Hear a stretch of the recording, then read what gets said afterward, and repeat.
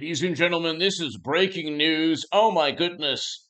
This is what's going to indict and imprison Donald Trump. Cassidy Hutchinson says Mark Meadows, let's just say, destroyed official papers in his office, torched them. There's one report that he threw them in the fireplace. This is destroying classified data. How could anyone do such a thing? This is unprecedented. Nobody in the history of the United States of America has ever done this. Oh, wait, what's this?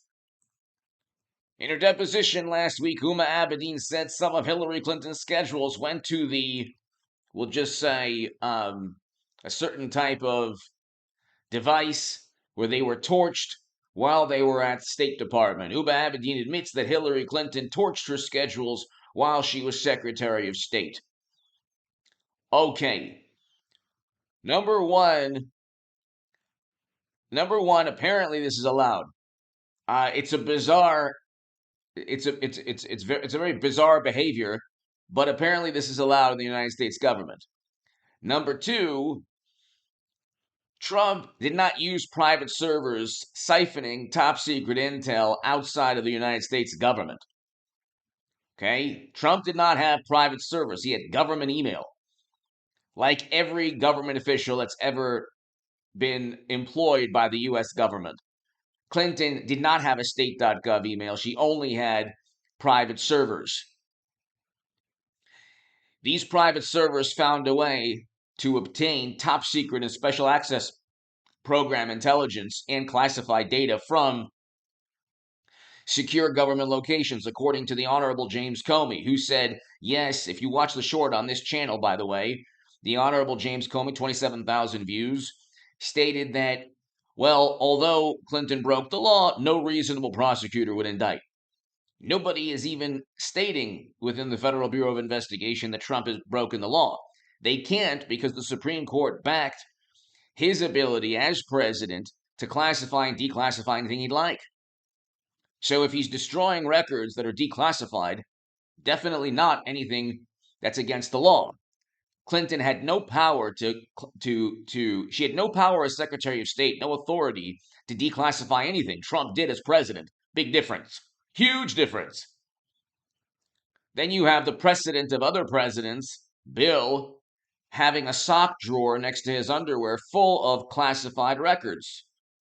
And he was writing a book, so the judge said, well, they're on tape, and he's writing a book, so that classified data is his. It's his personal belongings. That's why when Clinton said, well, you know what, I mixed classified data with emails on yoga, and, I'm going to decide what's personal and what's not personal.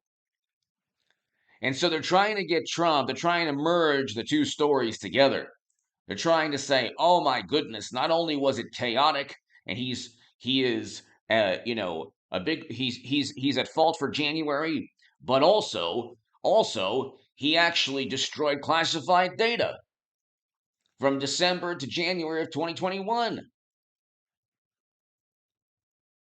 And dozens of times. Well, the precedent, like I said, whenever you're talking about classified data, President Obama's administration made a complete mockery of classified data. He knew that his own Secretary of State had servers that were siphoning classified data from secure government locations onto those servers. Nobody did anything about it. Okay, and Clinton decided to delete 30,000 of those emails stating they were about yoga. And again, the big issue is there was no ability to declassify or classify as Secretary of State. The president has the ultimate authority to decide what is classified as the commander-in-chief. Hit subscribe to this channel, ladies and gentlemen.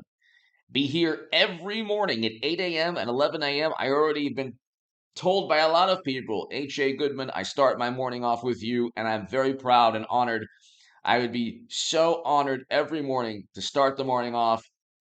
If you're eating breakfast, drinking coffee, driving to work, start the morning off on this channel at 8 a.m. Pacific time and 11 a.m. Pacific time in the morning. So 8 and 11 every single morning forever on this channel. 8 and 11 every single morning forever on this channel. Just set your dial to 8 and 11 a.m. Expect videos and just check the channel if you don't get notification.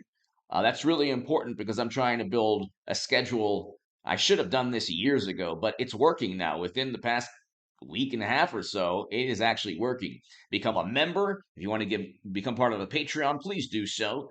You can give a super thanks below, and also go to hagoodman.com to read my writing, and also become part of a newsletter. Ladies and gentlemen, they're trying desperately to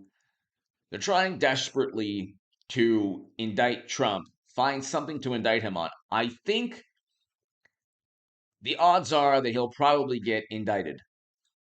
Why? They know they can't prosecute him. They know that he was president. They know that there's nothing to prosecute him on because it's been 7 years. They don't have anything on his tax returns. They don't have anything in Georgia, in New York, in DC. He didn't cause January. He wasn't criminally liable. He's protected by free speech laws, the First Amendment. He did not mishandle classified data as president, but again, they could indict and lose the trial. They won't care. They might think that's enough to knock him out of 24. It'll probably make him more popular, and because he didn't commit a crime. As president, you can declassify documents, and he didn't have a private server. So Clinton and President Obama's administration, the Honorable James Comey, they allowed the greatest cybersecurity debacle of all time. There is not one government official on the planet that is allowed to have a private server for obvious reasons. For obvious reasons. It would be a national security breach in any country in the world except, what's the phrase? Only in America. So, but they're desperate to indict Trump. And I think that politically, the short term could perhaps help Democrats. Um, the long term would not help them. And then Republicans would look at Biden and Hunter and further prosecution, because Joe and Hunter almost certainly committed graft, potential bribery schemes. It's within those emails in the New York Post. So when you hear this effort to try to salvage their reputation, oh well, you can't prove anything. There's money. There's statements where Biden tells on himself, oh, you're not going to get $1 billion in loan guarantees. There's even him saying, and then they said, you don't have that authority. And then I said, go call the president. So the notion that the absurd excuse that the prosecutor was not doing his job and corrupt, it's a corrupt act to force out a corrupt prosecutor if you're not part of that country. It's not part of United States diplomacy to force out other officials, at least not under President Obama's administration. We would depose or we would overthrow governments, but we wouldn't actually say, oh, if you just fire this person and you're not going to get a loan. And so that was not part of U.S. foreign policy. It then became part of U.S. foreign policy with the revisionist history trying to justify the indefensible. But you're going to get impeachment. Biden will get impeached. And when that happens, that could be the incentive to say, well, you know what? Biden is impeached. He can't get out of this politically. They'll have to indict Trump. And it's going to be unfortunate, but at the same time, in a bizarre manner, make Trump a lot more popular because everybody will know that the system was misused or the system is being leveled against one man, because that one man is against never-ending counterinsurgency conflicts. That's why everyone from Liz Cheney to Schumer is against Trump. It's foreign policy. And the fact that he doesn't revere or worship these sacred cows, alliances that should be focused on protecting our national security. But anyway, he doesn't worship sacred cows, and his foreign policy is one of negotiate. Do not get into quagmires. Do not allow invasions in Europe, which Democrats allowed, and they absolutely did. They even Emmanuel Macron in France wanted to negotiate a settlement, a deal, a peace deal before tragedy struck. Anyway, give me your thoughts below. See, Trump is the less militant choice. He is the least militant of all the choices, let's just say. And that's why that's a moral imperative to vote for Trump at 24. Give me your thoughts below. Foreign policy and preventing never-ending wars is the most important thing that people should focus on. Give me your thoughts below, which makes Trump a moral imperative to vote for in 24. Indicted or unindicted. Give me your thoughts below. Hit subscribe.